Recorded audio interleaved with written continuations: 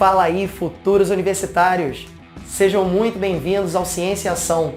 Eu sou o professor Fabrício Benayon e eu vou fazer com vocês hoje uma revisão contemplando alguns dos principais tópicos abordados pelo Enem. Vamos fazer o seguinte, olha, vamos falar de algumas definições, vamos falar de propriedades, exemplos e fazer alguns exercícios do Enem do ano de 2018. Beleza? Então, ó, vamos nessa!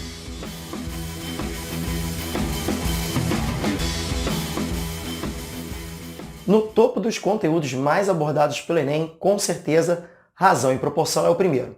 Tá? Então, Fabrício, o que eu preciso saber, o que é mais importante nesse assunto? Bom, de cara, quando a gente fala de razões cujas grandezas são da mesma espécie, escala está sempre lá na sua prova. Bom, só para lembrar, escala é a razão entre a medida do desenho e a medida real. Importante, sempre na mesma unidade, tá? Porque, em geral, nos exercícios as unidades não são as mesmas, tá? Então vamos começar com um exercício básico. Sabe-se que a distância real em linha reta de uma cidade A a uma cidade B é igual a 2.000 quilômetros.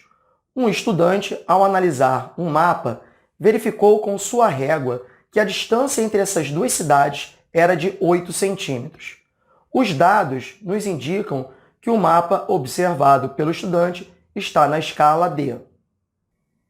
Bom, então vamos aplicar aqui a definição de escala, observando que as unidades não são iguais e, portanto, vamos deixá-las na mesma unidade. Então, vou transformar 2.000 quilômetros para centímetros. Transformando isso para centímetros, isso dá 200 milhões de centímetros. Tá? Bom, então agora basta escrever a razão. Então a gente vai ter a escala assim. 8 está para 200 milhões. Naturalmente, você pode simplificar por 8. 8 divididos por 8 dá 1. Aqui, 200 por 8 dá 25, né? Então aqui você obtém 25 milhões. Beleza? Então, essa é a aplicação básica do conceito de escala. Tá? Bom, agora, quando a gente vai tratar de razões de grandezas de espécies diferentes, a gente vai destacar aqui pelo menos 3. Tá? Velocidade média, que é a razão entre a distância e o tempo. E aí, galera, a gente tem que observar o seguinte. Aqui você tem a presença das unidades. Por exemplo, se a distância está em metros e o tempo está em segundos, a velocidade média está em metros por segundo. Bom, densidade demográfica também bastante presente nas provas. E aqui eu vou destacar a densidade absoluta. Tá? Ela é muito comum em diversos exercícios que aparecem no Enem. Tá? Então, vou fazer também aqui uma aplicação básica dessa razão. Tá? Vamos fazer a leitura da questão. Qual a densidade em gramas por centímetro cúbico de uma solução de volume igual a 5 litros e massa de 4.000 gramas? Bom, primeira coisa que a gente tem que observar é que o volume foi dado em litros, tá? E a gente vai ter que transformar isso para centímetros cúbicos, porque ele pede a densidade em gramas por centímetro cúbico. Então, relação super importante que vocês precisam saber.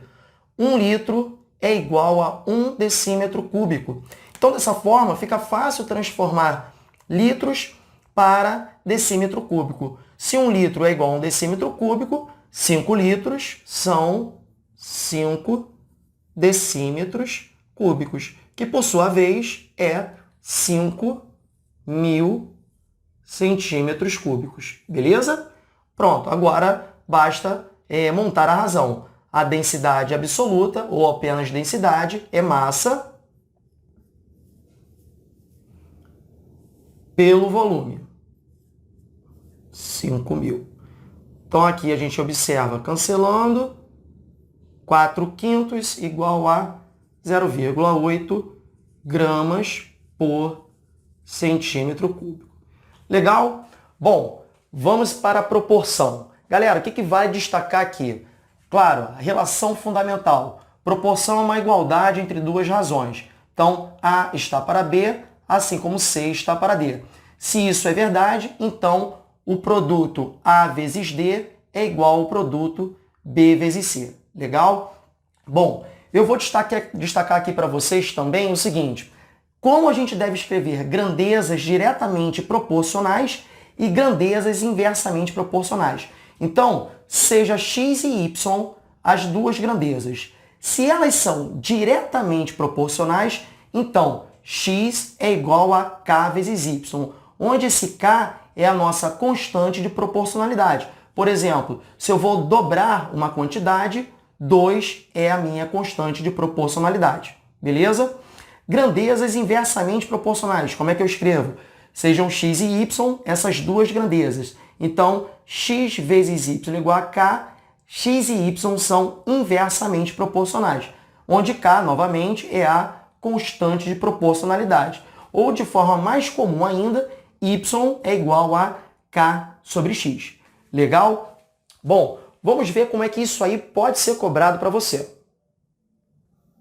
A resistência mecânica S de uma viga de madeira em forma de um paralelepípedo retângulo é diretamente proporcional à largura B e ao quadrado de sua altura D, e inversamente proporcional ao quadrado da distância entre os suportes da viga, que coincide com o seu comprimento x. A expressão que traduz a resistência S dessa viga de madeira é... Então vamos lá. Ele diz o seguinte, que B e D ao quadrado são diretamente proporcionais e que x é inversamente proporcional. Tá legal? Então como é que a gente escreve isso? Ora, sendo k a constante de proporcionalidade, como nós vimos, para que seja diretamente proporcional a S, eu vou ter que fazer k, a constante de proporcionalidade, vezes as outras duas grandezas que são diretamente proporcionais. B e D ao quadrado. E, como x é inversamente proporcional, eu vou escrever ela assim. Observe, ó, a gente está escrevendo x inversamente proporcional a S. E faz todo sentido. Observe que, à medida que eu aumento x, esse quociente, né, esse denominador, ele aumenta. E se o denominador aumenta, o quociente diminui, que é o valor de S. Então, à medida que eu aumento x, S diminui. Então, isso mostra que elas são inversamente proporcionais. Ao passo que, quando eu aumento o B, por exemplo, se eu aumentar o B, esse produto aumenta e logo o S também aumentará proporcionalmente. Tudo bem? Então, B e D são diretamente proporcionais. Tá legal? Bom, vamos dar uma olhada agora no que aconteceu no Enem de 2018. Bom, vamos lá, galera. Ó, questão 141 da prova do Enem 2018. Se liga aí, eu peguei como referência o caderno amarelo, tá? Então vamos lá. Um mapa é a representação reduzida e simplificada de uma localidade. Essa redução, que é feita com o uso de uma escala, mantém a proporção do espaço representado em relação ao espaço real. Então ele está praticamente definindo aí para você a escala. Certo mapa tem a escala de 1 para 58 milhões. Considere que nesse mapa o segmento de reta que liga o navio à marca do tesouro meça 7,6 centímetros. A medida real em quilômetro desse segmento de reta é... Bom, galera, para a gente resolver isso aí, a gente vai aplicar o conceito, a definição de escala. Vamos montar uma proporção da seguinte forma. 1 está para 58 milhões.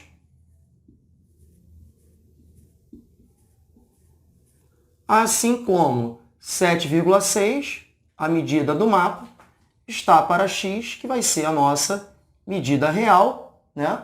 Onde a gente vai encontrar em centímetros, porque a unidade dada no mapa está em centímetros. Mas tudo bem, depois a gente transforma para quilômetros, porque ele quer a resposta final em quilômetros. Então vamos fazer aqui aplicando a propriedade fundamental, x vezes 1 é igual a 7,6 vezes 58 milhões. Bom, vamos fazer essas contas aqui, ó. Eu vou usar um zerinho desse aqui, ó, como se fosse um 10 multiplicado, né? Para multiplicar aqui, ó, vai ficar 76, né?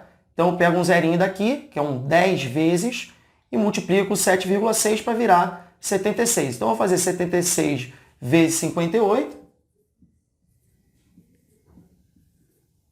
Então fica 6 vezes 8 dá 48, vão 4. 7 vezes 8, 56, com 4, 60. Então 6 vezes 5, 30, vão 3. 7 vezes 5, 35, com 3, 38. Então somando isso aqui, 8, 0, 14, 4. Então vai ficar assim, ó.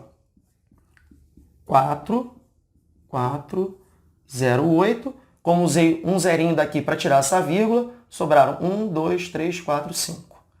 1, 2, 3, 4, 5 centímetros. Agora a gente vai transformar isso para quilômetro. Então, de centímetro para metro, 2 zerinhos. De metro para quilômetro, 3 zerinhos. Então, isso aqui é igual a 4.408 quilômetros. E isso você encontra na letra A da questão, beleza? Vamos lá, mais uma questão aí. Atenção, galera, questão 144 do caderno amarelo Enem 2018.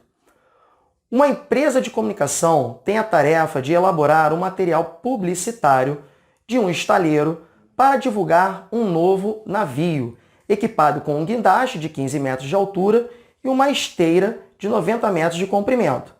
No desenho desse navio, a representação do guindaste deve ter sua altura entre 0,5 centímetros e 1 centímetro, enquanto a esteira deve apresentar comprimento superior a 4 centímetros. Todo o desenho deverá ser feito em uma escala de 1 para x. Os valores possíveis para x são apenas... Galera, de cara você já percebe que você tem unidades diferentes e, portanto, se tratando de escala, a gente tem que logo resolver esse problema. Então, olha aqui, ó. O guindaste tem 15 metros, mas ele quer no papel que o guindaste tenha entre 0,5 a 1 centímetro. Então, centímetro e metro distintos. Vamos escrever 15 metros em centímetros. Então, isso aqui fica igual a 1.500 centímetros. Mesma coisa para a esteira. Tem 90 metros no real. Então, a gente vai escrever 9.000 centímetros. Tudo bem? A escala que ele quer é de 1 para x. Ele quer determinar qual é o intervalo que esse x deve estar para atender essa condição. Tá? Então, vamos com calma. Primeiramente, vamos resolver a restrição para o guindaste. Então, se ele quer que o guindaste tenha uma medida entre 0,5 a 1 centímetro, então a escala que eu vou usar tem que estar entre 0,5 para 1.500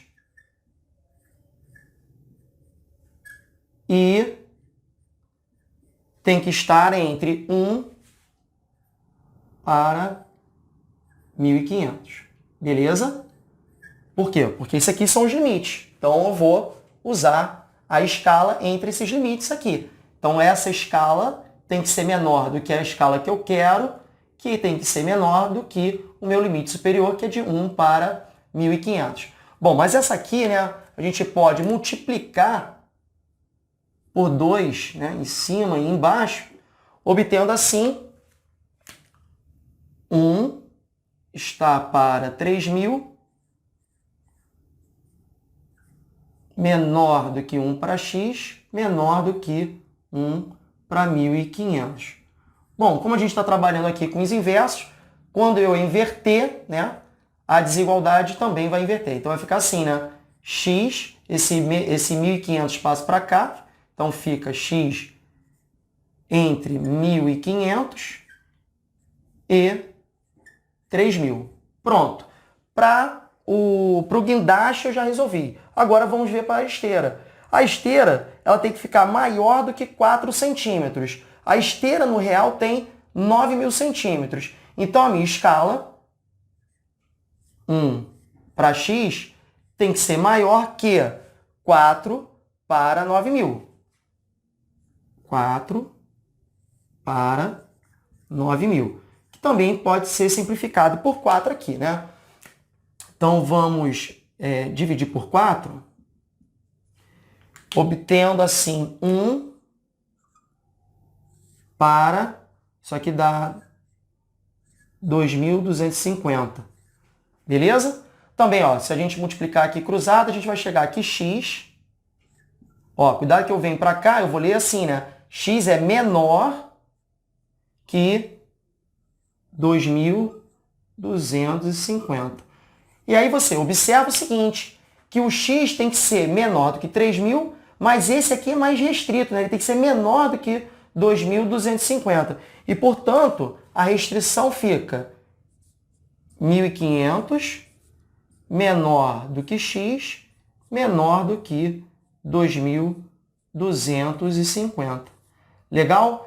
Bom, isso aí eu acho que é a letra... é a letra C. Tá? Beleza, galera? Então, aqui a gente encerra o assunto razão e proporção e vamos ao nosso próximo tópico, campeão também de presença no Enem.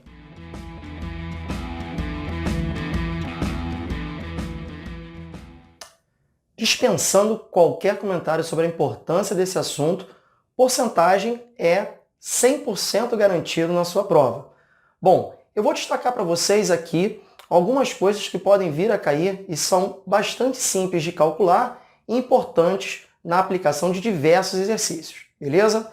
Bom, primeiramente, taxa percentual ou variação percentual. Bom, eu vou calcular percentualmente um aumento ou um desconto em um determinado período. Como é que eu vou fazer isso?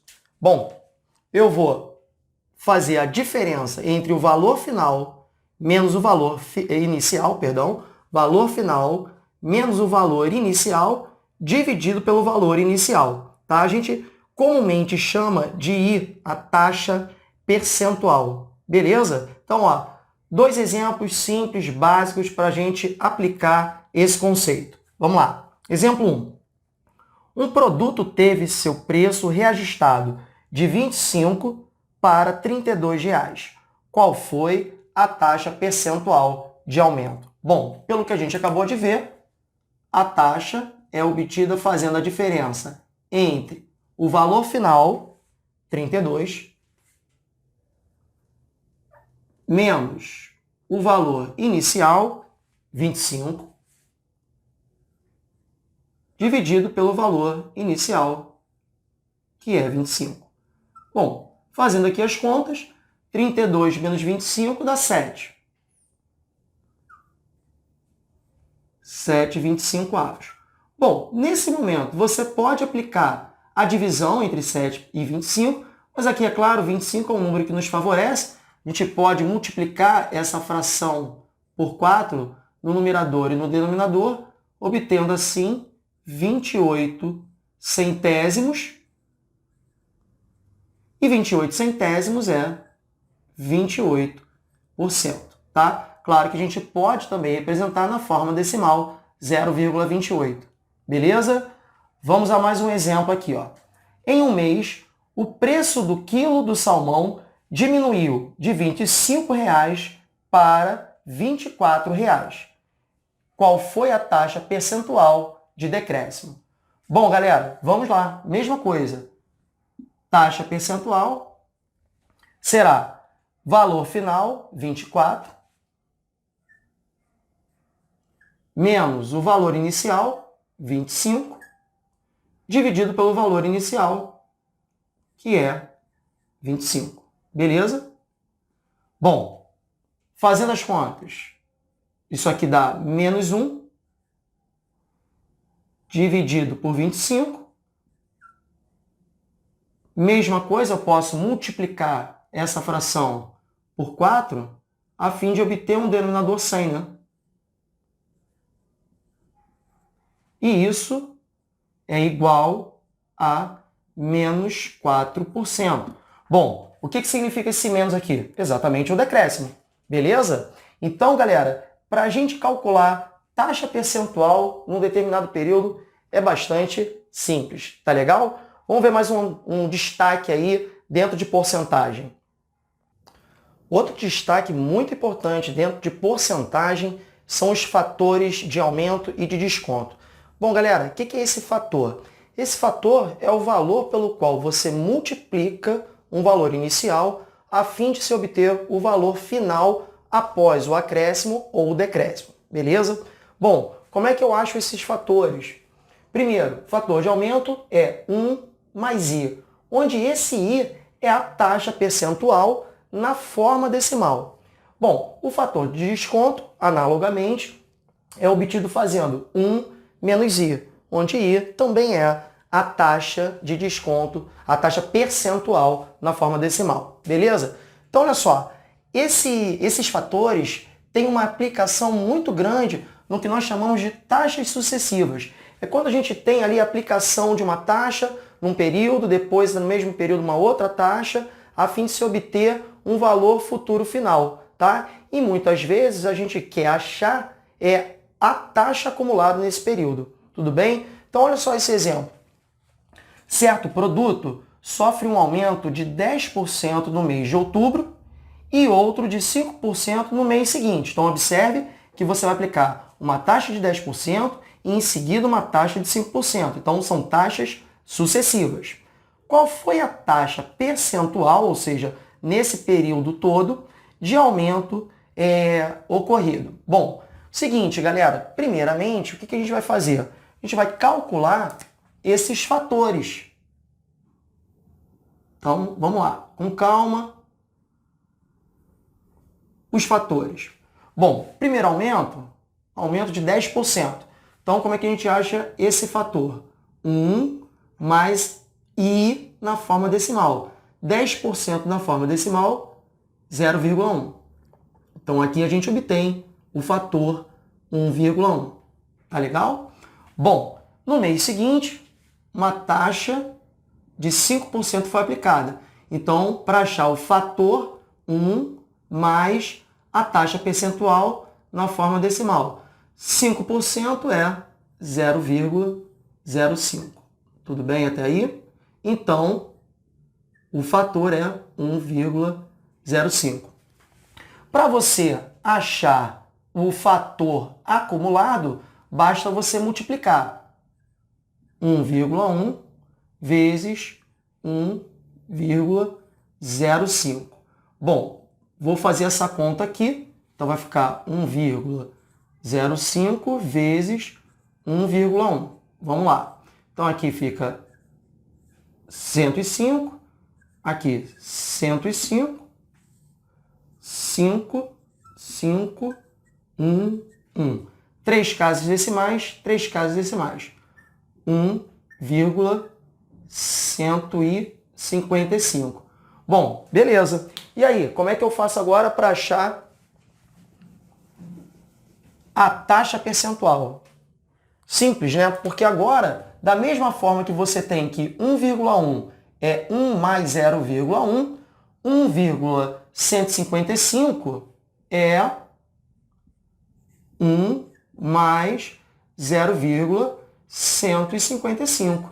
Ora, e isso, na forma que está na forma decimal, eu posso escrever percentualmente, que é 15,5%. Então, observe que aquela impressão que a gente às vezes tem erradamente, né? 10%, 5%, então o total dá 15%. Não, ó, o que deu? Ó, 15,5%. É maior, né? Porque esse 5% já foi aplicado em cima de um valor que já foi acrescido em 10%. Beleza, galera? Eu vou finalizar aqui com uma observação que pode ser muito útil em diversas situações, como, por exemplo, logaritmos, tá?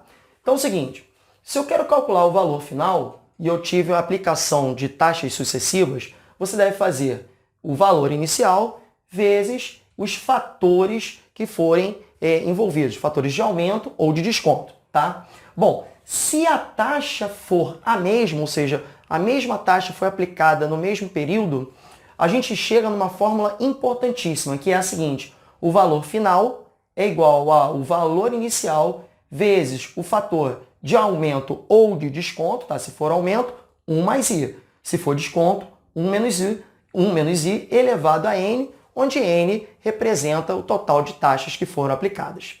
Beleza? Então, guarda isso porque isso é importantíssimo. Beleza? Galera, então chegamos naquele momento de ver o que aconteceu no Enem de 2018. Vamos fazer a questão de número 137 do caderno amarelo. Acompanhe a leitura da questão. O colesterol total de uma pessoa é obtido pela soma da taxa do seu colesterol bom com a taxa do seu colesterol ruim. Os exames periódicos realizados em um paciente adulto apresentaram taxa normal de colesterol bom, porém, taxa de colesterol ruim, também chamado de LDL, de 280 mg por decilitro. O quadro apresenta uma classificação de acordo com as taxas de LDL em adultos. Então você observa aí que desse personagem, ele está com uma taxa muito alta, acima de 190 miligramas por decilitro. O paciente, seguindo as recomendações médicas sobre estilo de vida e alimentação, realizou o exame logo após o primeiro mês e a taxa de LDL reduziu 25%. No mês seguinte, realizou novo exame e constatou uma redução de mais 20% na taxa de LDL. De acordo com o resultado do segundo exame, a classificação da taxa de LDL do paciente é... Bom, galera, então aqui a gente tem um exemplo que a gente vai poder aplicar exatamente o que a gente acabou de falar. Observa o seguinte: o valor inicial da sua taxa de colesterol ruim é de 280. Então, o nosso V0, 280. Aí, o que ocorre? Sofre duas reduções sucessivas, uma de 25% e a outra de 20%. Então, vamos achar os fatores de redução.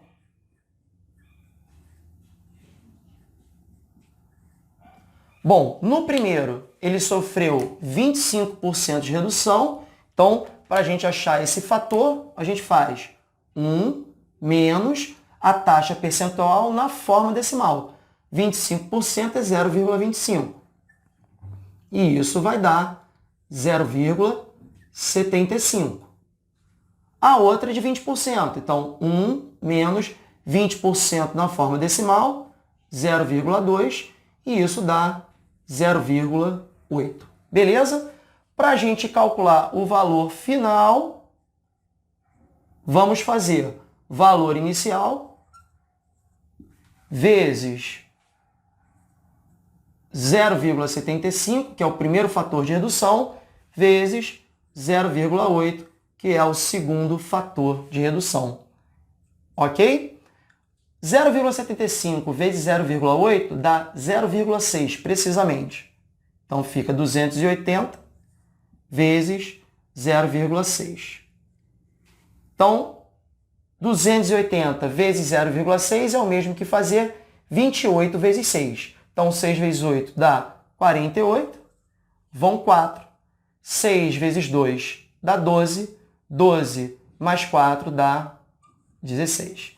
Então, a taxa passou a ser 168 miligramas por decilitro. Então, observando aí na tabela, o que você observa? Que ainda está alta. Por quê? Alta está na faixa de 160 a 189. Tá legal, galera? Então, olha, não se esqueçam dessa fórmula, porque a gente já vai voltar a falar dela. Beleza? Vamos ao próximo tópico recorrente no Enem.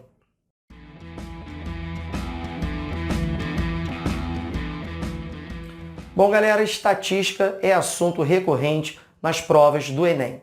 Bom, eu vou destacar para vocês aqui as medidas centrais, tá? Não se esqueça também de fazer uma revisão de gráficos, tá? Porque é muito comum nas questões de estatística você ter gráficos, naturalmente, tá? Como, por exemplo, pictogramas, né? Que são aqueles gráficos formados por figurinhas, né? Onde cada figurinha representa uma determinada quantidade, né? Que são dispostas em linhas ou em colunas, beleza? Então vamos lá, começando aqui o primeiro tópico, média aritmética.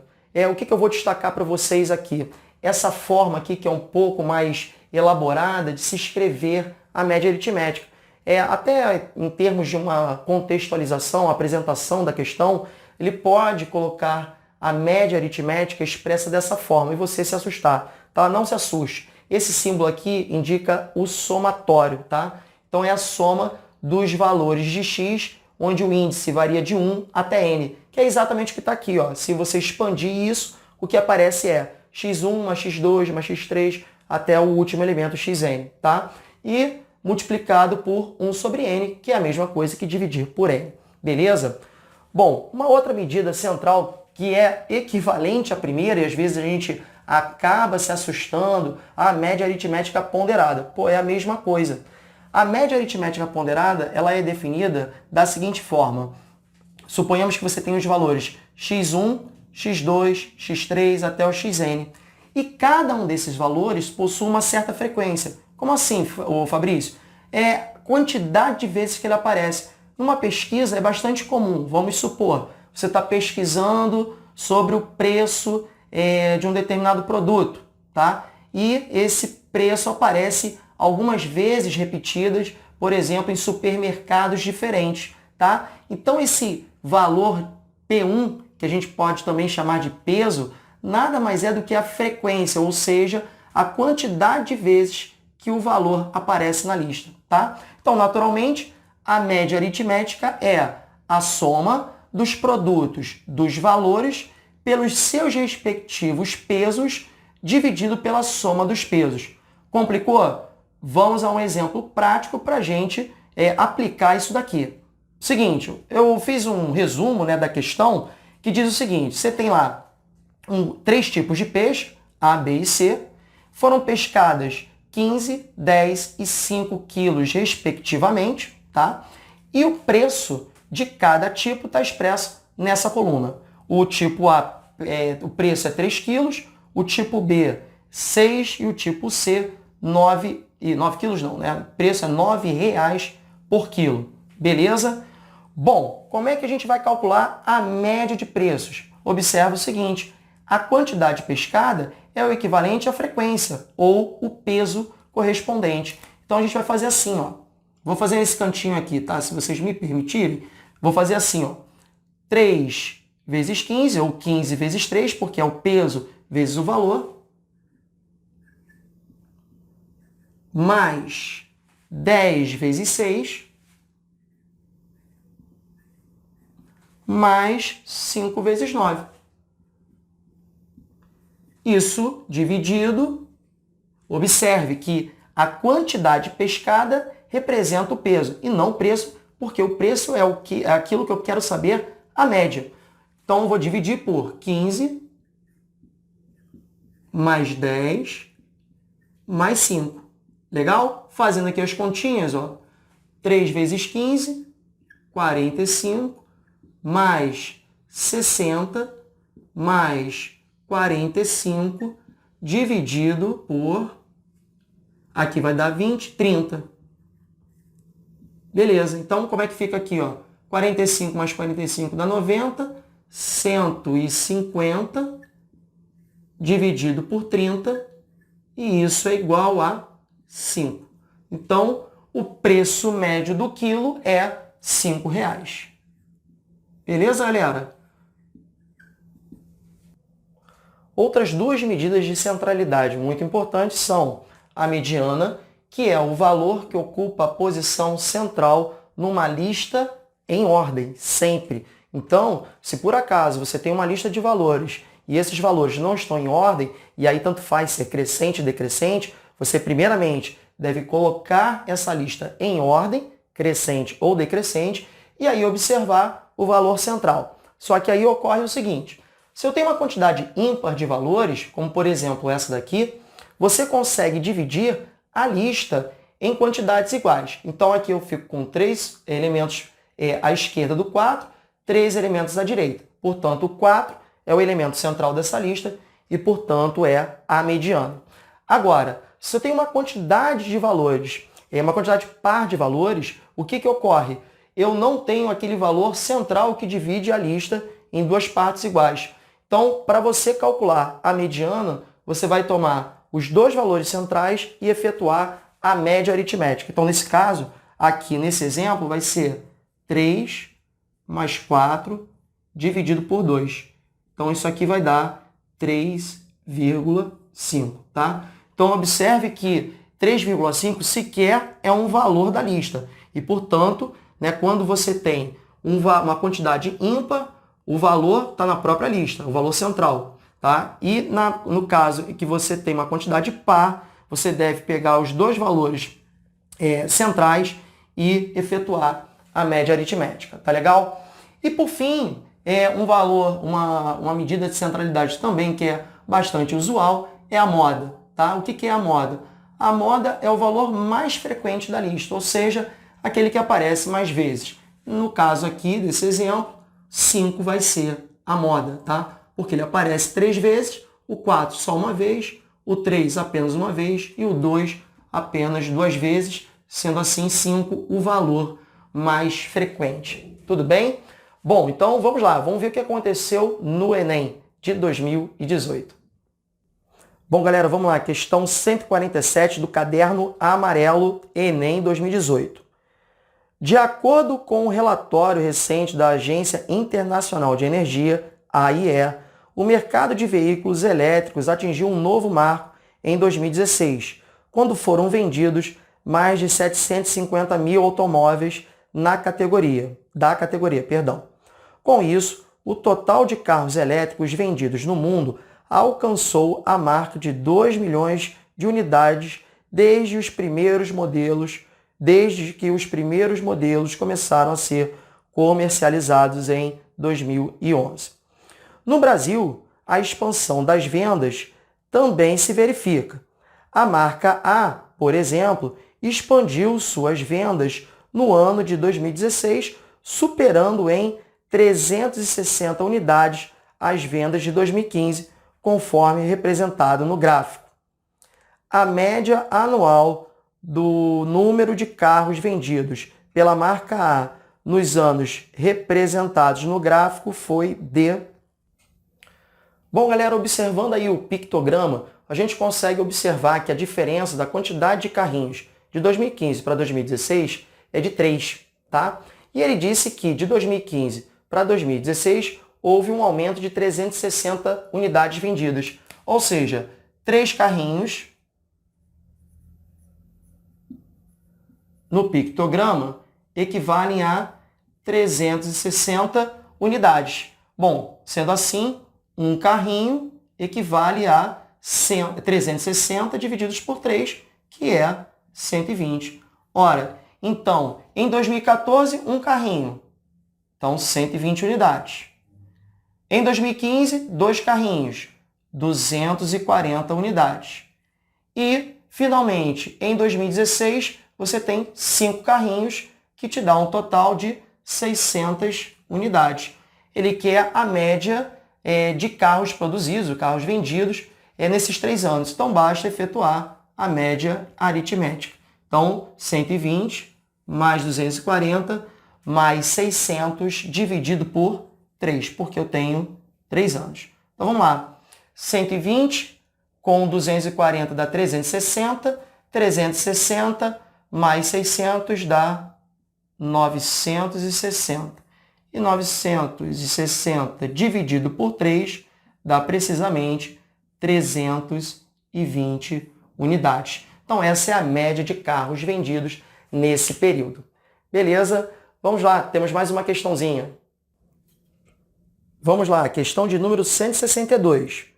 Os alunos da disciplina de Estatística em um curso universitário realizaram 4 avaliações por semestre, com os pesos de 20%, 10%, 30% e 40%, respectivamente.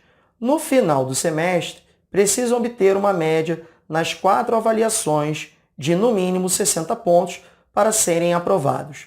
Um estudante dessa disciplina obteve os seguintes pontos nas 3 primeiras avaliações: 46, 60 e 50, respectivamente. O mínimo de pontos que esse estudante precisa obter na 4ª avaliação para ser aprovado é... Bom, galera, claramente trata-se de uma média ponderada, onde ele coloca aí os pesos em porcentagem. Então, eu já me adiantei aqui e transformei os pesos percentuais e escrevi na forma decimal: 20%, 10%, 30% e 40%. Suas notas: a primeira 46, a segunda 60 e a terceira 50, e eu não sei qual é a 4ª nota, é o que eu quero saber. Sobre a soma dos pesos, então estou aplicando o que nós acabamos de ver, e isso tem que ser no mínimo 60, tá? Tem que dar 60 no mínimo. Então, eu vou resolver essa expressão para determinar o valor de x. Então, aqui, primeiramente, 0,2 vezes 46 dá 9,2. Mais 0,1 vezes 60 dá 6. Mais 0,3 vezes 50 dá 15. Aqui, perdão, né? Aqui é mais, né? Mais 0,4x sobre 0,2 mais 0,1 dá 0,3, 0,3 mais 0,3, 0,6, com 0,4 dá 1. E isso tem que ser igual a 60. Beleza? Então, galera, aqui, ó, 9,2 mais 6 mais 15 vai dar 30,2. Então, 30,2 mais 0,4x é igual a 60. Beleza? 0,4x vai ser igual a 60 menos 30,2 dá 29,8. Tá? Continuar aqui. Então, o valor de x vai ser 29,8 dividido por 0,4. Fazendo essa divisão, encontramos 74,5. Beleza, galera? Bom, encerramos aqui a nossa dica sobre estatística e agora mais assunto.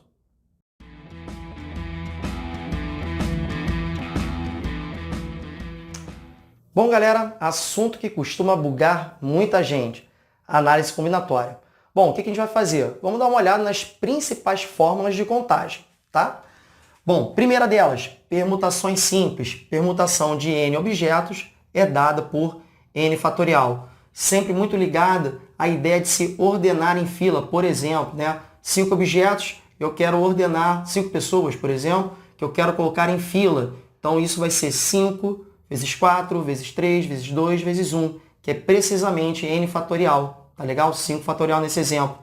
Arranjos. Bom, é aquela ideia sempre de a posição influencia. Suponhamos, eu quero selecionar 2 pessoas para o cargo de presidente e vice-presidente, num total de 5 pessoas.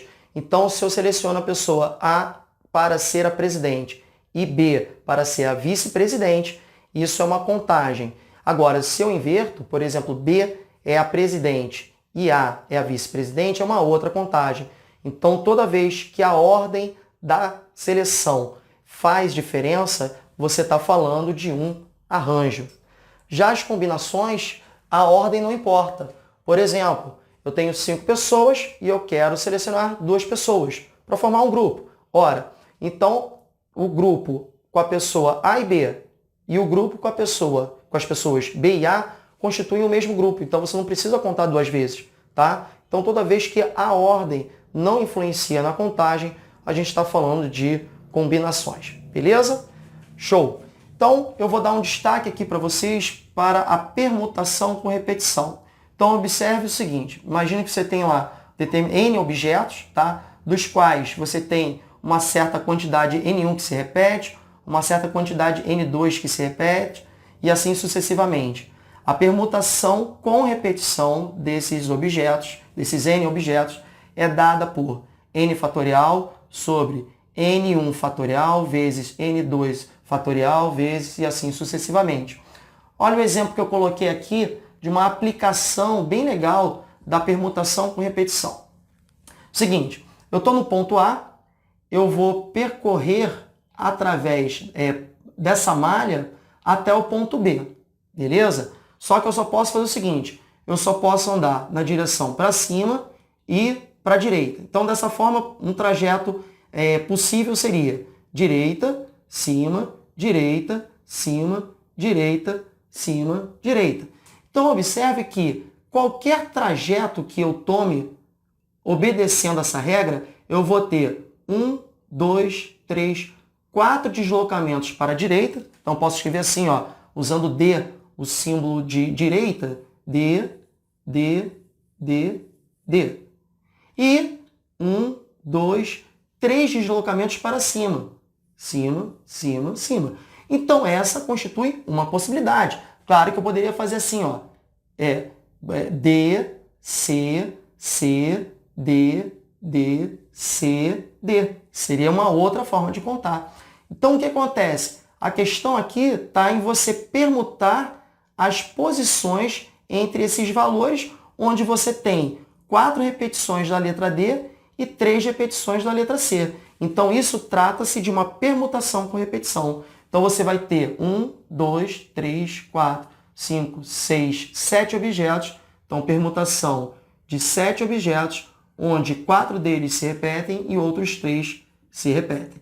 Então, pela fórmula, temos 7 fatorial sobre 4 fatorial vezes 3 fatorial. Então, desenvolvendo isso aqui, fica 7 vezes 6 vezes 5 vezes 4 fatorial. A gente trava aqui, né? A gente sempre para, né, olhando para o maior no denominador para a gente poder simplificar, né? Então, aqui fica 4 fatorial vezes 3 fatorial. Vou desenvolver 3 vezes 2, né? Então, ó, posso simplesmente cancelar 4 fatorial com 4 fatorial. 3 vezes 2 dá 6, então posso simplificar 6 com 6, obtendo assim 7 vezes 5, 35 caminhos diferentes para sair de A e chegar em B. Beleza, galera? E agora vamos dar uma olhada na prova do Enem do ano de 2018. Caderno amarelo, tá legal? Vamos lá. Questão 161. O Salão do Automóvel de São Paulo é um evento no qual vários fabricantes expõem seus modelos mais recentes de veículos, mostrando principalmente suas inovações em design e tecnologia. Uma montadora pretende participar desse evento com 2 estandes, um na entrada e outro na região central do salão, expondo em cada um deles um carro compacto e uma caminhonete. Para compor os estandes, foram disponibilizados pela montadora 4 carros compactos de modelos distintos e 6 caminhonetes de diferentes cores para serem escolhidos aqueles que serão expostos. A posição dos carros dentro de cada estande é irrelevante. Portanto, uma expressão que fornece a quantidade de maneiras diferentes que os estandes podem ser compostos é.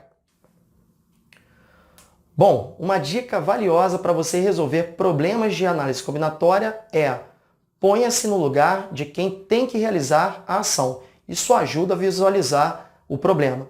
E também procure usar desenhos, esquematizar, para que você possa organizar melhor as ideias. Tudo bem? Então vamos lá. Coloquei aqui, representei o stand 1 com 2 posições, stand 2 com 2 posições. O exercício diz que tanto faz carro, caminhonete ocuparem essas, trocar de posições, porque isso é irrelevante. Tá? A posição que eles ficam no stand é irrelevante. Por exemplo, carro, caminhonete, caminhonete, carro. Tanto faz. Tá? Então, Vamos lá, eu tenho que primeiramente decidir como eu vou posicionar os carros, tá? Vamos partir daí. Eu quero resolver o problema dos carros. Bom, eu tenho 4 carros que eu quero selecionar 2, um para cada estante. Então vamos pensar da seguinte forma. Suponhamos, selecionei o X e o Y. Dizer X e Y foram selecionados ou Y e X foram selecionados constitui no mesmo agrupamento, na mesma contagem. Sendo assim, pelo que nós acabamos de ver, a forma de selecionar 2 carros num total de 4 carros vai ser a combinação de 4, 2 a 2. Beleza? Só que, suponhamos, novamente, X e Y foram selecionados. Agora tem o seguinte problema. O X vai ficar no stand 1 ou no stand 2? Então, observe que eu tenho 2 possibilidades. Então, tem que multiplicar por 2. Beleza? Fechou? Problema dos carros resolvidos. Vamos para as caminhonetes. O raciocínio é análogo. Eu tenho que selecionar 2 caminhonetes num total de 6 caminhonetes. Beleza? Novamente, suponhamos, selecionei B e C. Então, falei que vou levar a caminhonete B e C. Vou levar a caminhonete C e B, é a mesma coisa. Então, trata-se de uma combinação de 6, 2 a 2. Beleza? Só que, novamente, suponhamos, peguei as caminhonetes B e C. Vou colocar a B aonde? No stand 1 ou no stand 2?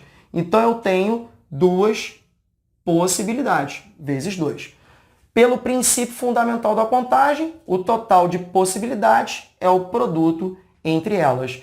E aí, você organizando, como isso aqui são todos fatores, você pode mudar e escrever assim, combinação de 4, 2 a 2, vezes combinação de 6, 2 a 2, vezes 2, vezes 2. Só fiquem atentos que aqui eu escrevi nesse formato, mas o Enem gosta de escrever assim, combinação de 4, 2 a 2. É a mesma coisa conforme a gente viu anteriormente. Aqui é a combinação de 6, 2 a 2, vezes 2, vezes 2. Beleza, galera? É isso aí. Mais um tópico para você e vamos para o próximo.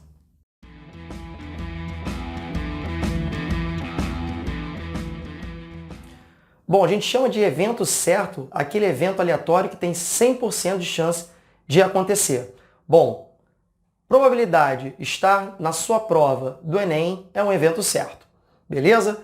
Bom, então eu vou destacar aqui para vocês os principais tópicos que eu considero importantes para a prova. Primeiro, probabilidade condicional. Bom, o que é a probabilidade condicional? É a seguinte, é quando você quer calcular a probabilidade de um evento A ocorrer, sabendo que ocorreu um outro evento aleatório, beleza?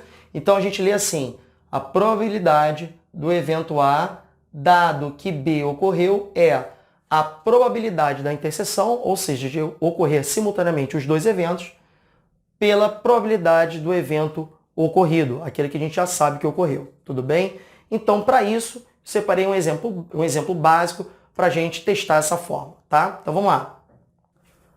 Um supermercado registrou a forma de pagamento utilizada por 180 clientes durante certa manhã e obteve a seguinte tabela. Então, você encontra aí a tabelinha.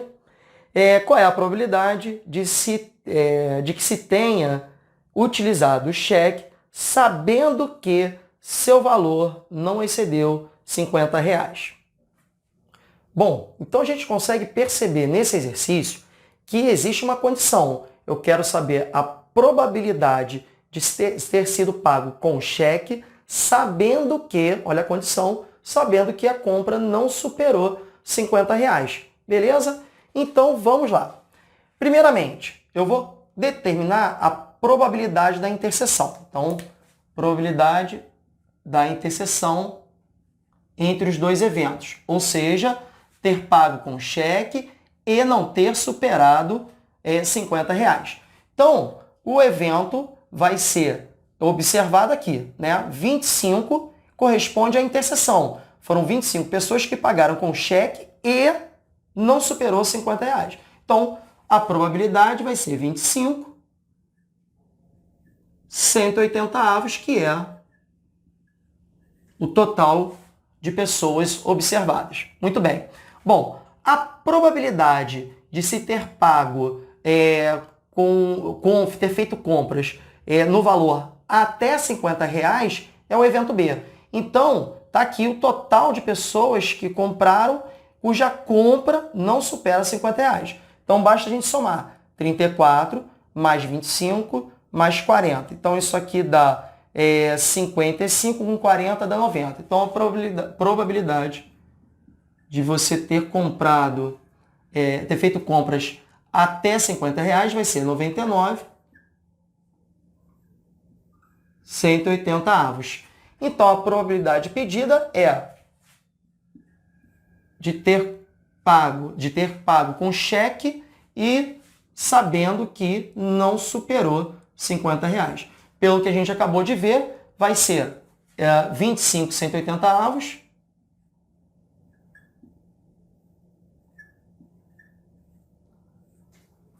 sobre 99 180 avos. Beleza? Bom, claramente você pode simplificar 180 com 180, obtendo assim 25,99 avos. Bom, um breve comentário aqui, galera. Bom, eu prefiro fazer esse tipo de questão reduzindo o meu espaço amostral. Então, observe o seguinte, sabendo que a compra não superou R$50, eu esqueço completamente esses dados e só olho para cá. E aí eu vou observar o seguinte, olha, a probabilidade de você ter pago com cheque é 25 num total de 99. Ou seja, você encontra ali imediatamente. No entanto, essa fórmula vai nos ajudar bastante para o próximo tópico, tá? Bom, esse segundo tópico é fundamental, galera. A gente tem que saber usá-lo muito bem.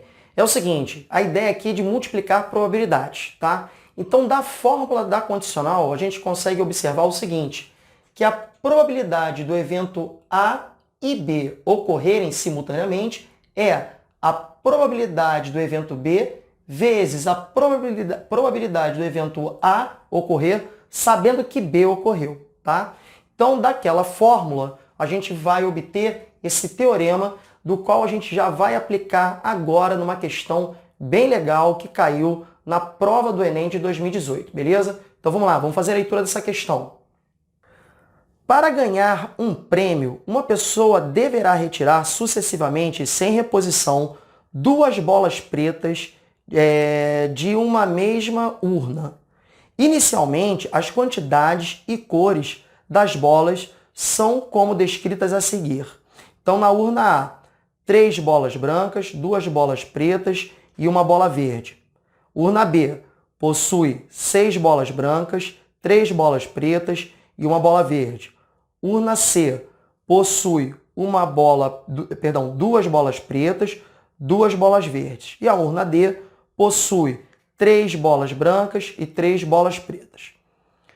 A pessoa deve escolher uma entre as 5 opções apresentadas. Então vamos lá. Opção 1, retirar aleatoriamente 2 bolas da urna A. Opção 2, retirar aleatoriamente 2 bolas da urna B. Opção 3, passar aleatoriamente uma bola da urna C para uma urna A. Após isso, retirar aleatoriamente 2 bolas da urna A. Opção 4, passar aleatoriamente uma bola da urna D para a urna C. Após isso, retirar aleatoriamente 2 bolas da urna C. E, finalmente, a opção 5, passar aleatoriamente uma bola da urna C para a urna D. Após isso, retirar aleatoriamente 2 bolas da urna D. Com o objetivo de obter a maior probabilidade possível de ganhar o prêmio, a pessoa deve escolher a opção. Galera, uma questão com muitas informações e a gente precisa organizar, beleza? Então vamos lá. Primeiramente, eu escrevi aqui as quantidades de cada cor, né, de bola que você tem nas urnas. Então, por exemplo, na urna A, 3 bolas brancas, 2 bolas pretas, uma bola verde, num total de 6 bolas. Tá legal? Bom, e aqui eu já organizei mais ou menos o espaço para calcular a probabilidade de cada uma das opções. Então vamos lá. Opção número 1, retirar 2 bolas da urna A. Bom, galera, vamos lá. Eu quero saber o seguinte, eu só ganho se eu retirar 2 bolas pretas. Então eu tenho que calcular a probabilidade da gente retirar 2 bolas pretas. Então vamos lá. Vou retirar a primeira bola preta. Então a probabilidade disso ocorrer é 2 em 6. Então 2 sextos. Agora, sabendo que eu retirei uma bola preta, qual é a probabilidade de eu retirar a segunda bola? Uma, porque a primeira bola preta foi retirada, então ficou só uma, num total de 5. Por quê? Porque eu não vou repor essa bola. Então vai ficar 1/5. Então compara aqui, ó, a probabilidade sendo o teorema da multiplicação sendo aplicado claramente nessa primeira opção. E a gente vai aplicar ela no problema todo, na verdade. Beleza? Então, chegamos aqui à nossa primeira probabilidade calculada. Então, nós temos, simplificando aqui, que vai ficar 3. Então, vai ficar 1 vezes 1, 3 vezes 5, 15. Então, 1/15. Beleza? Então, essa probabilidade já foi. Vamos à opção 2. A opção 2 é retirar 2 bolas pretas da urna B. Então, observe que eu tenho 3 bolas pretas. Então, a probabilidade de eu retirar uma delas é 3 num total de 10. Sabendo que eu retirei uma, então o que vai acontecer? Eu tenho 2 chances, porque uma já se foi, num total de 9, porque a primeira bola foi retirada. Legal? Então, olha só. Vamos simplificar aqui, ó. Aqui fica 3. Aqui fica 5. E, portanto, a probabilidade aqui também é 1/15. Beleza? Bom, vamos à próxima. Agora é o seguinte, ele vai retirar da urna A, mas só que antes ele vai passar uma bola da urna C para a urna A, beleza? Então a gente tem que separar em 2 casos. Por quê? Pode ser uma bola preta ou pode ser uma bola verde. Então eu vou começar analisando a situação para a bola preta, beleza? Então vamos lá. Qual é a probabilidade de eu passar uma bola preta de C para A? 2/4. Então vamos lá. 2/4. Vezes. Agora eu vou retirar 2 bolas da urna A. Lembrando, como foi uma bola preta para cá, agora eu tenho 3 bolas pretas, num total de 7 bolas. Então, 3 sétimos. Beleza? E a segunda retirada, 2 sextos. Vamos lá, simplificações. Então, por aqui, ó, dá 2. Aqui, ó, 3 e 6. Também aqui, ó, vai ficar 1 e 2. E eu ainda posso simplificar esse 2 com esse 2 aqui, né? Restando assim, 1 em cima, 2 vezes 7, 14. Então, 1/14. Beleza? Pegou a visão? Então, ó, o ritmo vai ser esse aí. Vamos lá, segunda possibilidade. De C para D, eu vou jogar uma bola verde para cá, tá? Então, eu vou passar a ter agora 7 bolas, mas eu mantenho 2 bolas pretas. Então, é o seguinte, primeiro, qual é a probabilidade de passar uma bola verde da C para A? Novamente, 2/4. Legal. Aí, agora, vem para cá. Probabilidade de retirar 2 bolas pretas. Então, eu vou retirar uma, tenho 2 chances, no total de 7, né? Lembrando que eu joguei uma bola para cá, tinha 6, passou a ser 7. Então, 2 sétimos vezes 1 sexto. Vamos lá. Vamos simplificar aqui, ó. Aqui dá para simplificar por 2. Aqui também dá para simplificar. Então, aqui vai ficar 3. 3 vezes 2, 6, vezes 7, 42. 1/42. E agora, qual é a probabilidade, então, desse evento ocorrer? É a probabilidade desse ou esse. Lembra da regrinha do ou, né? Esse ou esse.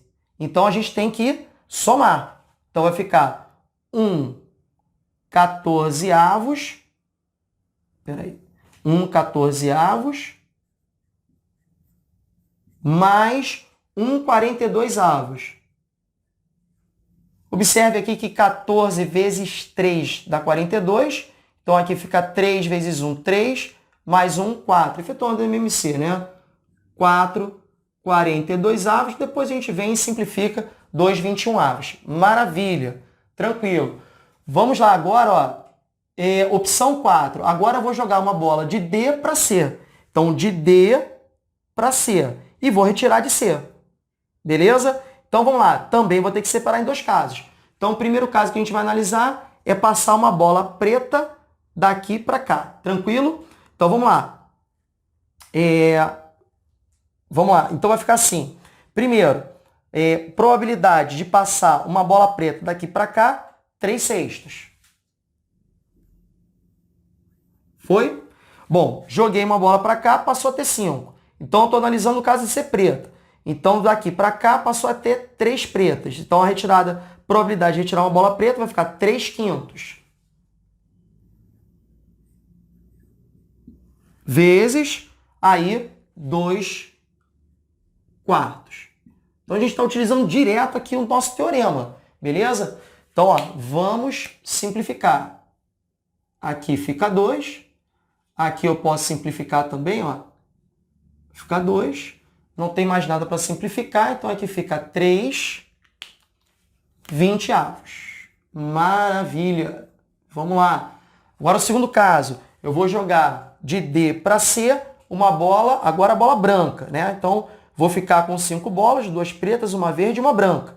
Então, probabilidade de jogar uma bola branca daqui para lá, também 3/6.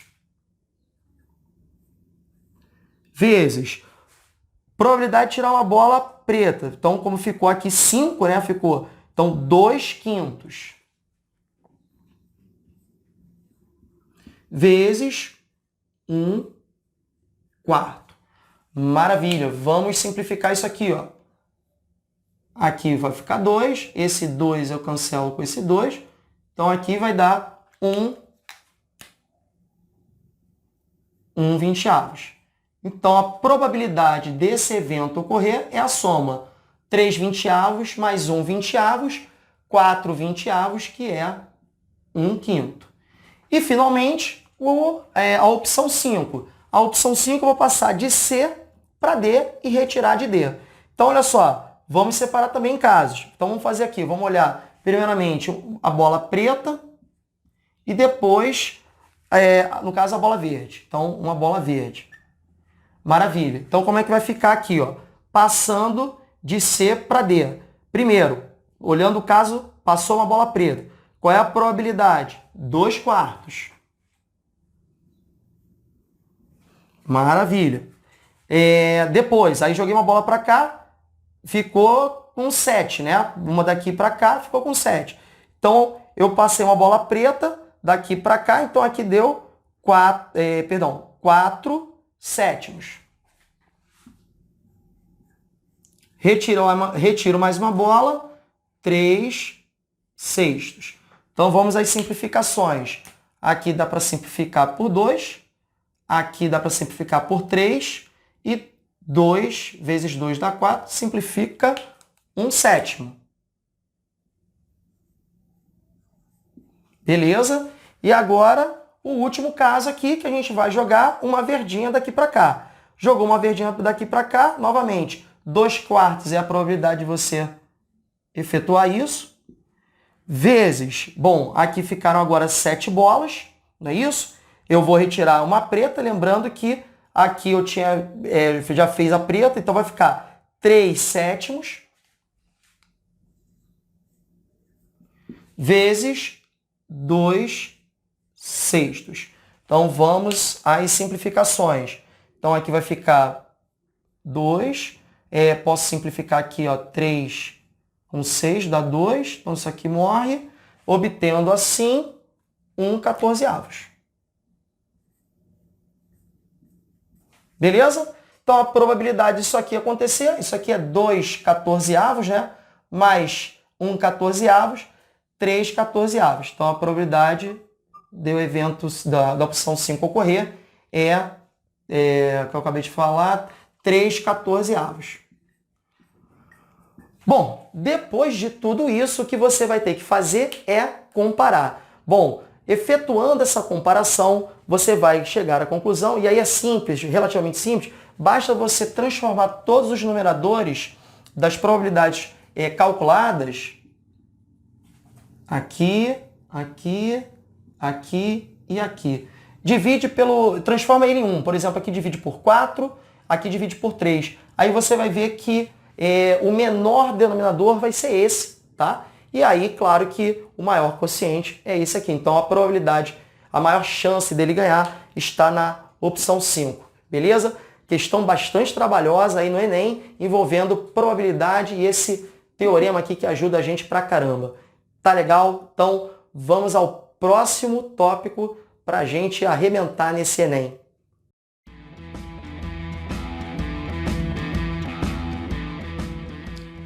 Assunto que costuma assustar o aluno, mas, cara, relaxa, é tranquilo. Logaritmos também tem sido frequente nos últimos anos nas provas do Enem, beleza? O que é importante de logaritmos? Primeiramente, a definição. A definição é praticamente tudo que você precisa saber de logaritmos. Então, olha só, primeira coisa, log de A na base B é igual a x, se e somente se B elevado a x é igual a A. Pega essa visão aqui, ó, B elevado a x igual a A. Então, calcular o logaritmo equivale a resolver essa equação exponencial aqui. Então, olha esse exemplo. Log de 16 na base 2. Eu não sei qual é o valor x. Então, eu tenho que resolver essa equação exponencial. 2 elevado a x igual a 16. Olha que moleza. 2 elevado a quanto dá 16, galera? 2/4. Acabou. 2/4 é 16. Log de 1/3 na base 3. 3 elevado a quanto dá 1/3? Essa é a equação exponencial que você tem que resolver. Olha aqui. 3 elevado a quanto dá 1/3? É o inverso, né? Então, isso aqui dá -1. Legal, galera. Então, tem que estar com a definição muito bem clara na cabeça, ok? Bom, de resto, são as propriedades. Então, todos os exercícios de logaritmos vão exigir que você aplique sucessivamente as propriedades, tá? Então, vamos lá. Primeira delas são as primeiras propriedades, na verdade, são propriedades que são oriundas diretamente da definição. Então, observe, por exemplo, log de B na base B é igual a 1. Por quê? B elevado a 1 é B. Log de 1 na base B é 0, porque todo número elevado a 0 é igual a 1. B elevado ao log de A na base B é igual a A. Pô, Fabrício, essa aí é estranha. Tranquilo, olha só, se liga. Log de A na base B, eu vou chamar de x.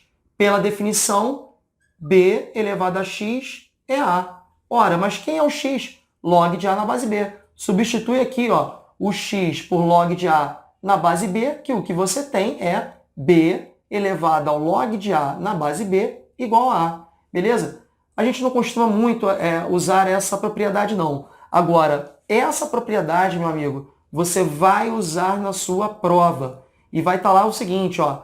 Se eu tenho duas grandezas A e B iguais, então o log de A é igual ao log de B na base que você quiser ou que o exercício queira. Compreendido? Desde que as bases sejam iguais, tá tranquilo. Bom, galera, as propriedades 5, 6 e 7 são aquelas que a gente vai mais usar.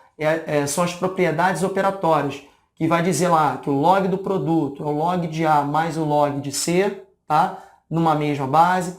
Log do quociente, log de A menos o log de C. E, finalmente, o log da potência, né? Aquela famosa peteleco, M vezes o log de A na base B. Tudo bem? Bom, observação final, galera. Log decimal, log de base 10, pode ou não ser expresso a base explicitamente, beleza? Então, ó, log de 10, log de 1000 na base 10, log de 1000, já sabe que a base é 10. Claro que 10 ao cubo é 1000, então o logaritmo aqui nesse caso é 3. E, finalmente, o logaritmo neperiano na base E, tudo bem? Olha, é mais estranho? É sim, não vou discordar. Só que é o seguinte, continua sendo logaritmo, então vale todas as propriedades e a definição. Importante, log de 5 na base E também pode ser expresso como ln de 5. Tá legal, galera? Então, esse é o resuminho que a gente tem para fazer de logaritmo. Então, o que a gente vai fazer agora? Vamos lá na prova do Enem 2018, caderno amarelo, para ver o que aconteceu e aplicar isso aqui na questão. Vamos lá. Com o avanço em ciência da computação, estamos próximos do momento em que o número de transistores no processador de um computador pessoal será da mesma ordem de grandeza que o número de neurônios em um cérebro humano, que é da ordem de 100 bilhões. Uma das grandezas determinantes para o desempenho de um processador é a densidade de transistores, que é o número de transistores por centímetro quadrado. Atenção! Em 1986, uma empresa fabricava um processador contendo 100 mil transistores distribuídos em 0,25 centímetros quadrados de área. Desde então, o número de transistores por centímetro quadrado que se pode colocar em um processador dobra a cada 2 anos. Lei de Moore. Considere 0,3 como aproximação para o log de 2 na base 10. Em que ano a empresa atingiu ou atingirá a densidade de 100 bilhões de transistores? Bom, galera, vamos lá. Chegou a hora de aplicar aquilo que a gente sabe. Então, vamos primeiro aos detalhes. 100 bilhões. Se você escrever aquele monte de zerinhos, você vai encontrar 10 elevado a 11. Ok? Atenção, cuidado, porque a gente vai precisar do valor inicial. Ele diz lá que hoje você tem 100 mil em 0,25 centímetros quadrados. Só que a densidade é por centímetro quadrado. Então, por centímetro quadrado, em 1 centímetro quadrado, nós somos obrigados a considerar isso aqui vezes 4. Então, aqui eu já vou escrever na potência de base 10, da forma 4 vezes 10 à quinta. Tá legal? Bom, é dado para a gente o log de 2 na base 10. Bom, eu não sei se vocês estão lembrados, mas eu falei que aquela fórmula do valor futuro ia ser aplicada nos logaritmos. Ó. Lembra disso? Então, chegou a hora, meu amigo. Primeiramente, o que a gente observa? Que pela lei de Moore, ela dobra a cada 2 anos. Ou seja, a taxa é de 100%. E na forma decimal, 100% é 1. Ou seja, 1 mais 1, 2. Né? Então, ó, o V0 a gente já sabe, que é 4 vezes 10 à quinta. Vezes, a gente acabou de ver que o fator de aumento é 2, dobra. Legal? E como ele está contando de 2 em 2, o que a gente faz? A gente normaliza aqui, ó, divide por 2, tá? Para obter, assim, a fórmula do valor futuro. Então, ele quer saber em quanto tempo esse valor vai ser de 100 bilhões, ou seja, de 10 a 11. 10 elevado a 11. Então, vamos substituir. 10 elevado a 11 é igual a 4 vezes 10 elevado a 5 vezes 2 elevado a t sobre 2. Bom, galera, agora é aquilo. É organizar usando manipulação algébrica para a gente simplificar isso aqui. Então, vou passar esse 10 à quinta dividindo. Então, vai ficar 10 elevado a 11 sobre 10 à quinta. Esse 4 eu vou escrever como potência de base 2. Então, 2 ao quadrado vezes 2 elevado a t sobre 2. Maravilha. Divisão de potência de mesma base. Repete a base e subtrai os expoentes. 11 tira 5 dá 6. E isso vai ser igual a 2 ao quadrado vezes 2 elevado a t sobre 2. Ora, multiplicação de potências de mesma base. Repete a base e somo os expoentes. Legal! E aí, como é que a gente resolve essa equação exponencial? Lembra lá da propriedade em que se eu tenho duas grandezas, A e B iguais, então log de A é igual ao log de B na base que você quiser ou que o exercício queira. Olha lá, base 10 é a informação que eu tenho sobre o log de 2. Então, é exatamente o que eu vou fazer. Log de 10 elevado a 6 na base 10, que eu não preciso escrever, a gente já sabe disso, vai ser igual ao log de 2 elevado a t sobre 2 mais 2. Maravilha! E agora, sucessão de aplicações das propriedades. Expoentes passam à frente multiplicando.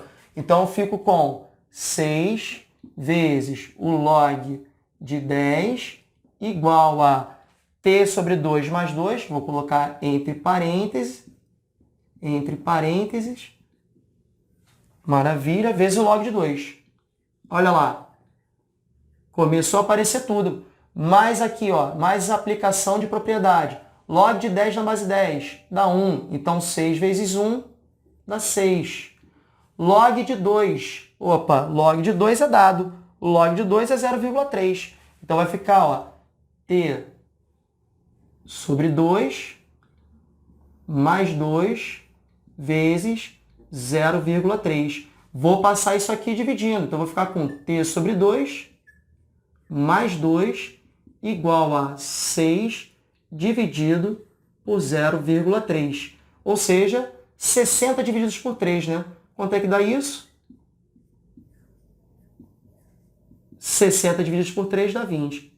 Portanto, t sobre 2 é igual a 18 e, portanto, t é igual a 36. Maravilha! Como o exercício diz que ele começa a observar, deixa eu pegar aqui a minha cola, no ano de 1986, somando 36 anos, você vai encontrar 2022, letra C. Beleza, galera? Bom, fechamos esse assunto aqui. Espero que vocês tenham aproveitado as propriedades aplicadas no exercício. E agora a gente vai para o nosso último tópico da nossa revisão para o Enem. Vamos lá!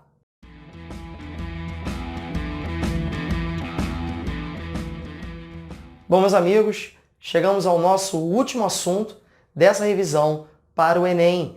E eu reservei aqui esse momento para a gente falar um pouco da geometria, claro. Bom, eu vou separar em dois momentos. Vamos falar primeiramente de um tópico de geometria plana e depois um tópico de geometria espacial, tá? Bom, o assunto que eu separei para falar para vocês é a área do círculo e partes da área do círculo, tá? Então, lembrando aqui para vocês, a área do círculo é dada por πr ao quadrado, onde r, naturalmente, é o raio do círculo. Bom, seguinte, setor circular. É fundamental você lembrar dessa fórmula, porque volta e meia ela aparece em diversas situações. Bom, como a gente pode observar, o setor circular é uma fatia ou uma fração do círculo. Ora, como é que eu obtenho essa fração? Eu vou em busca do ângulo central do setor circular. Então, a fatia vai ser dada por α sobre 360 graus. E a área dessa figura do setor circular vai ser α sobre 360 graus vezes πr ao quadrado, tá? Então, ó, fazendo um exemplo bem rapidinho, bem simples, imagine você que o ângulo central é 90 graus. Pô, nós sabemos que 90 graus equivale a 1/4. E não poderia ser diferente. Olha só como é que fica. Então, a área da fatia correspondente a um ângulo de 90 graus vai ficar 90 sobre 360 vezes πr ao quadrado. Efetuando aqui a simplificação, ó, a área vai ser, simplificando por 90, né, dá 4, vai ficar πr ao quadrado sobre 4. Ou seja, de fato, 1/4 da área do círculo. Beleza? Show! Coroa circular é a região limitada entre dois círculos, tá? Então é essa faixa aqui. Bom, qual é a fórmula da área da coroa circular? Vai ser a área do círculo maior, πr ao quadrado, então, ó, πrzão ao quadrado, menos a área do círculo menor, πrzinho ao quadrado. Colocando o π em evidência, chegamos a essa fórmula aqui. π vezes rzão ao quadrado menos rzinho ao quadrado. Bom, galera, vamos fazer o seguinte. Vamos pegar essa fórmula e verificá-la na questão da prova do Enem do ano de 2018. Vamos lá, vamos fazer a leitura da questão. Questão 179. A figura mostra uma praça circular que contém um chafariz em seu centro e, em seu entorno, um passeio. Os círculos que definem a praça e o chafariz são concêntricos. O passeio terá seu piso revestido com ladrilhos.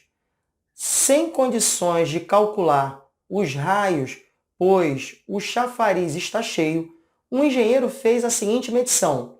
Esticou uma trena tangente ao chafariz, medindo a distância entre dois pontos A e B, conforme a figura. Com isso, obteve a medida do segmento de reta AB, 16 metros. Está aí a figura. Dispondo apenas dessa medida, o engenheiro calculou corretamente a medida da área do passeio em metro quadrado.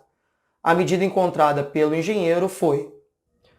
Lendo assim a questão, parece que tem poucos dados, né? Mas eles vão ser suficientes. Vamos lá, olha só. Observa o seguinte. Você tem o ponto de tangência do segmento AB que mede 16 centímetros. Então, ligando o centro ao ponto de tangência, o que a gente tem é o raio do círculo menor. E a gente sabe que o raio no ponto de tangência forma um ângulo de 90 graus. Então, eu vou chamar isso aqui de Rzinho. Ligando o centro ao ponto B, por exemplo, o que aparece é o raio do círculo maior, que eu vou chamar de Rzão. Tudo bem?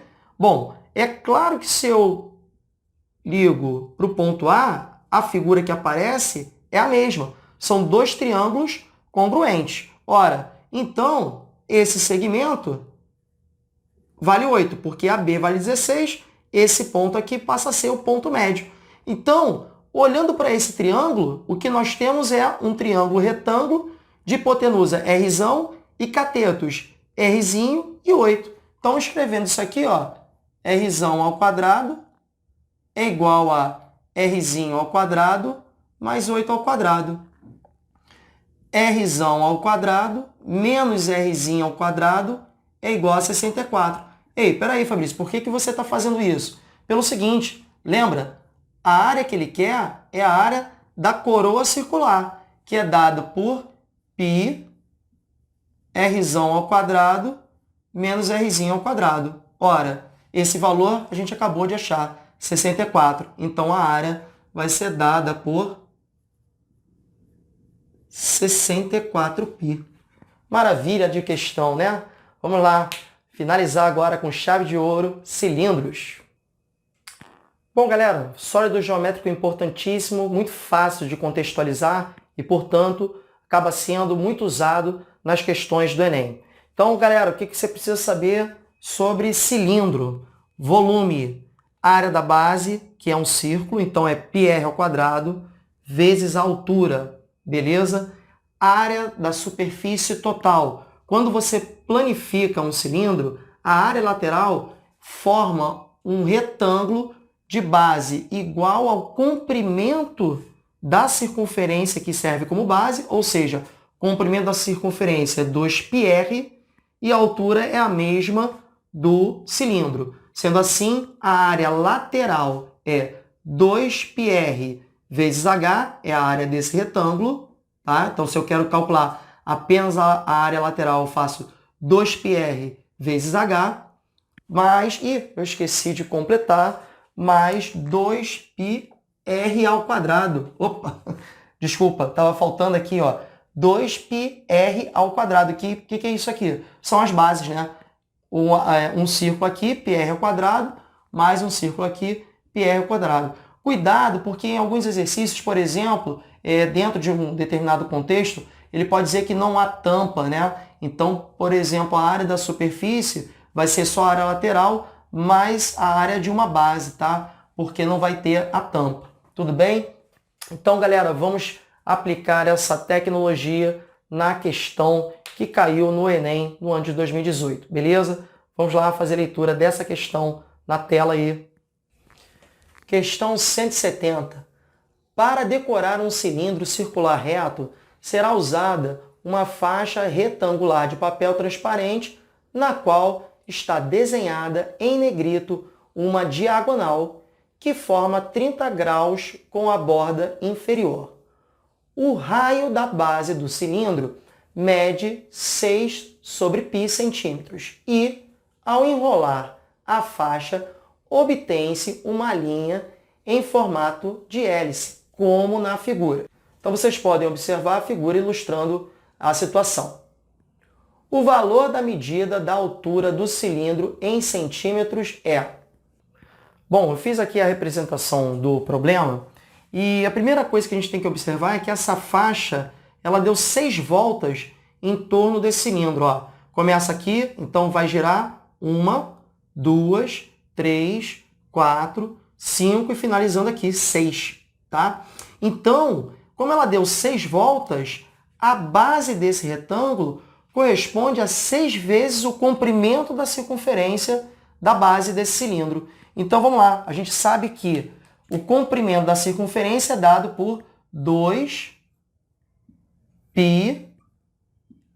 onde r foi dado aqui 6 sobre π. Entretanto, isso aqui é uma volta. Como eu sei que foram dadas 6 voltas, multiplico por 6. Então, aí eu consigo achar o comprimento da base desse retângulo. Então, simplificando aqui, π com π, vai dar 2 vezes 6, 12. 12 vezes 6 dá 72. Pronto, galera. Aí a gente vai aplicar aqui uma trigonometria básica, porque aqui a gente sabe que é um retângulo, tá?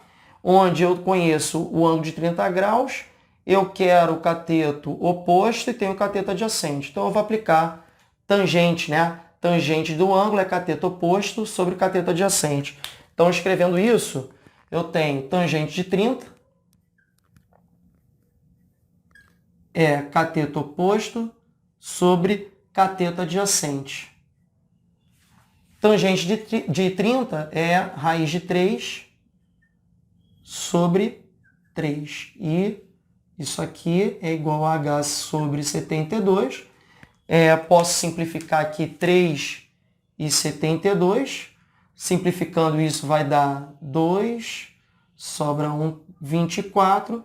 Multiplicando aqui cruzado, chegamos a h igual a 24 raiz de 3. Bom, galera, encerramos aqui a nossa revisão para o Enem. Eu vou ficar aqui mandando energia positiva para você garantir essa sua vaga, sua conquista. Tá legal? Um forte abraço e até a próxima!